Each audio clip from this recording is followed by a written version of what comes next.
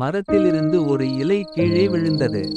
அந்த இலையை பார்த்து அந்த வழியாக வந்த ஒரு சிறு பையன், "ஏன் நீ அந்த மரத்தை விட்டு கீழே விழுந்தாய்?" என்று கேட்டான்.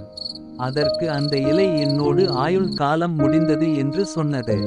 அதற்கு அந்த பையன், "உன்னுடன் சேர்ந்து தானே இந்த மரமும் உள்ளது, அதற்கு அந்த ஆயுள் காலம் முடியவில்லையா?"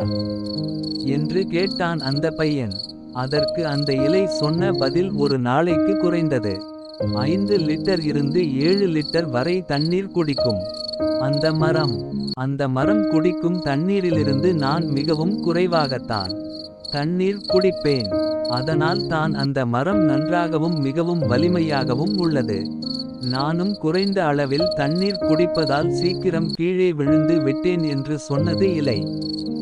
இந்த கதையிலிருந்து அந்த பையன் தெரிந்து கொண்டது என்னவென்றால், ஒரு நாளைக்கு குறைந்தது 3 லிட்டர் தண்ணீர் குடிக்க வேண்டும். அப்போதுதான் அந்த மரத்தை போல நம்மளும் மிகவும் பலசாலியாக இருக்கலாம்.